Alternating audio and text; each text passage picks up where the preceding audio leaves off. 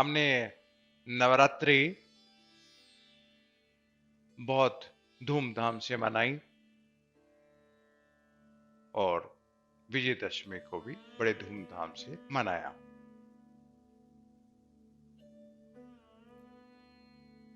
आज नवरात्रि के बाद 10वीं और आज 11वां दिवस है। जो अध्यात्म में बहुत विशेष हमारी अध्यात्म सीढ़ी का 11वां पड़ाव जो वाद के नाम से जाना जाता है और जिसकी अपरा भौतिकता जो है अपराज्य है। हम पीछे थोड़ी चर्चा करेंगे जिससे ये आज की चर्चा का तालमेल बने।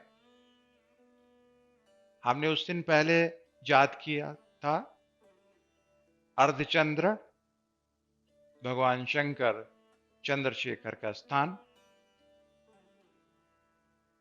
और उससे पहले निर्वादिका, निर्वादिका के पहले हमने कलावध, कलावध के बाद सहस्तार, सहस्तार से पहले आज्ञा चक्र, विशुद्धनारायण चक्र, अनाहत चक्र, मणिपुर चक्र, स्वादिष्ठान चक्र और प्रथम दिन नवरात्रि के ऊपर हमने मूलाधार चक्र की बात की।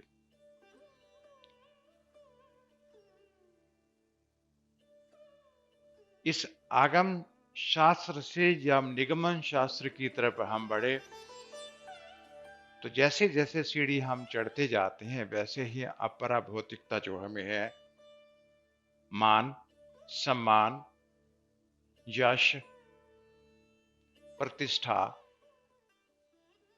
ऐश्वर्य, धन, धान्य, शांति, पद, तुष्टि और आज की जो चर्चा है वाद, अपराज्य, जिसकी भौतिकता है। मैंने पहले भी आपको बताया था कि जहां पर सिर्फ ध्यान, धारणा और समाधि की ही पूजन रह जाता है, परब्रह्म परमात्मा का सर्वश्रेष्ठ पूजन विधि जो है ध्यान है। जैसे ही अनाहत चक्र से हमारा स्वरूप आत्मा सुषुम्ना नाड़ी से सहस्त्रार में प्रवेश करती है, जैसे हम शुद्ध आत्मा के रूप में परिवर्तित होते हैं, उस वक्त जो स्थिति होती है जिसमें द्वंद्व होते हैं कि मैं जो था वो क्या था, आज मैं क्या हूं, वास्तविक में सत्य क्या है। जो हमारे द्वंद्व हैं, दूसरी लफ्जों में कह सकता हूं जो अनुसंधान होता है, और अनुसंधान को अपनी कसौटी में हम कसते हुए उस तत्व तक पहुंचते हैं जो जीवन की वास्तविकता है। उसको अध्यात्मवादियों ने वाद चक्र के बारे में बताया, और ये एक तरह से वैसा ही है कि एक केस कोर्ट में लगता है, सुप्रीम कोर्ट में, और उसके जज परब्रह्म परमात्मा होते हैं, और जो वकील होती हैं भगवती महाशक्ति होती है, और जो वादी होता है वो स्वयं जीव, जो स्वयं आत्मा है, वो अपना वाद प्रस्तुत करता है और भगवती उनको सहायता देती हैं उस केस को लड़ने के लिए। तो जो वादी, मैं हूं या कोई साधक, जो केस तैयार होता है उसके कुछ पॉइंट हैं। जैसा वो अनुभव करता है कि मैं ना पृथ्वी हूं, न जल, ना अग्नि हूं, न वायु, न आकाश, मैं तो सबका साक्षी चैतन्य स्वरूप हूं। पहला जो साक्ष्य प्रस्तुत करता है कि ना मैं पृथ्वी हूं, न जल, न अग्नि, न वायु, न आकाश, मैं तो सबका साक्षी चैतन्य स्वरूप हूं। दूसरा, मैं तो देह से पृथक चेतन आत्मा में विश्राम करके स्थित हूं, इसलिए सुखी, शांत और बंधन मुक्त हूं। जो मैं सत्ता, मैं वैसा नहीं हूं, लेकिन जो वास्तव में हूं आज वही हूं। मैं देह से पृथक चेतन आत्मा में विश्राम करके स्थित हूं, इसलिए सुखी, शांत और बंधन मुक्त हो। जो तीसरा, मैं तो ना ब्राह्मण, ना क्षत्रिय, ना वैश्य, ना शूद्र वर्ण का हूं, ना तो मैं आश्रम वाला, ना ही आश्रम का मतलब है जो हमारे 4 आश्रम होते हैं, बाल है, गृहस्थ है, वानप्रस्थ, इस तरह से जो आश्रम होते हैं, आत्मा के ऊपर आश्रम व्यवस्था नहीं एप्लीकेबल होती, इसलिए मैं आश्रम वाला भी नहीं है। ना नेत्र आदि का विषय हूं, नेत्र जिसको देखते हैं उसका भी विषय मैं नहीं हूं। मैं तो असंग निराकार विश्व का साक्षी आत्मा हूं।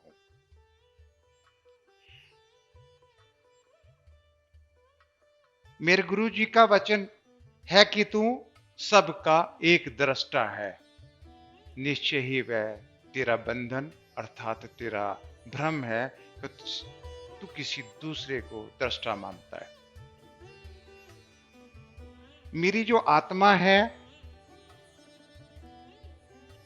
शरीर के प्रतिपेक्ष में उसको आत्मा कहा गया। आज तो शरीर नहीं है, तो ये आत्मा ही तो परमात्मा नहीं है।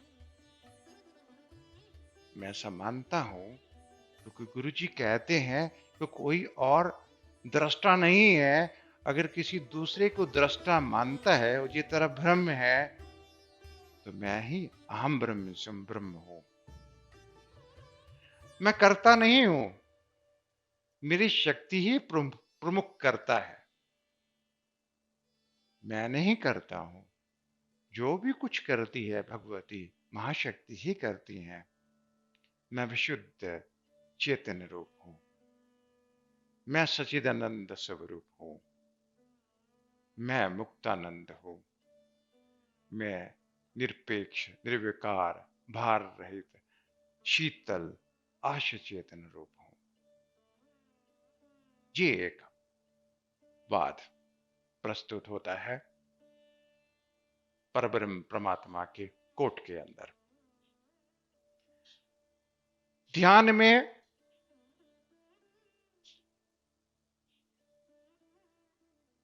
ये वाद विवाद भगवती महाशक्ति पूरी तरह से प्रेरित करती हैं, पूरी तरह से एक सरकारी वकील की तरह से आपको मौका देती हैं अपने पक्ष रखने का। और एक दिन ऐसे आता है कि भगवती कह देती है कि वाद विवाद में परब्रह्म परमात्मा आपको पूरी तरह से स्वीकार करते हैं कि जो तुम हो वो मैं हूं, जो मैं हूं वो है। तो उस वक्त मां भगवती अपने स्वरूप को भी अलोप कर देती है। वहां पर भगवती महाशक्ति नहीं दिखती है, वहां परब्रह्म परमात्मा ही दिखते हैं, वहां पे मैं भी नहीं होता। ये स्थिति वाद विवाद, जो वाद के ऊपर की जो सीढ़ी है हम उसको पार कर लेते हैं। उसके बाद जो भगवान शंकर ने उस स्थिति के अंदर जो एक अच्छे गुरु गीता का जो उन्होंने मंत्र रचा, ब्रह्मानंदम परम सुखदम केवलम ज्ञानमूर्तम द्वंद्वतीतन गगन सदस्यम तत्तमक्षलक्ष्यम एकन नित्यन विमलमाचलम सर्वधीक्षासीभूतम भावतीतम त्रिगुण रहतुम सतगुरुम तम नमामि। जहां कोई द्वंद्व नहीं है, जहां कोई द्वेष नहीं है, इस गगन का सदस्य तो सब एक ही है, सब एक ही है, सिर्फ एक ही सच्चिदानंद स्वरूप परब्रह्म परमात्मा है और आत्मा कोई और नहीं है। पूरे विश्व के अंदर, पूरे संसार के अंदर, पूरे ब्रह्मांड के अंदर जो कुछ भी आप देखते हैं वो परब्रह्म परमात्मा ही है, चाहे उसको आप जानते हैं या नहीं जानते हैं। और आप भी वही हैं, ऐसा उसको जो अनुभूति है आपके बारे में भी उसको जानकारी मिलती है, इसलिए इस चीज को मानता है। उसी को हम ज्ञान कहते हैं, उसी को हम विशेष विज्ञान कहते हैं। मैंने आपको पहले बोला कि इस जगह को सहस्त्र के बाद में शब्दों में नहीं बोला जा सकता। इसके ऊपर जितना ही मौन रहा जाए उतना ही अति आवश्यक है, क्योंकि मौन के अंदर ही आत्मानुभूति मिलती है, जहाँ कोई मंत्र साधना के लिए कोई स्थान नहीं है, जहाँ तो सिर्फ नाद, बिंदु और कला की जो आपको संगीत खुले कानों में गूंजता है, उसी के ऊपर ही आपको चिंतन करना पड़ता है, उसी के ऊपर कंसंट्रेट करना पड़ता है। आप अपने गहरे ध्यान में पहुंच जाते हैं, गहरी समाधि में पहुंच जाते हैं, धीरे धीरे करके अपने सफर को अगली सीढ़ी तक पहुंच जाते हैं। तो कल हम बात करेंगे, इसके बाद हम बात करेंगे। मैंने आपको पहले बोला था कि एक दिन में सारी बातें बताई नहीं जा सकती, धीरे धीरे करके 16 की 16 कलाओं के ऊपर हम पहुंचेंगे। और कल का मैं आपको निमंत्रण देता हूं, कल हम जो बात करेंगे, हम सीढ़ी के अगले जो मंजिल है उसके ऊपर हम बात करेंगे।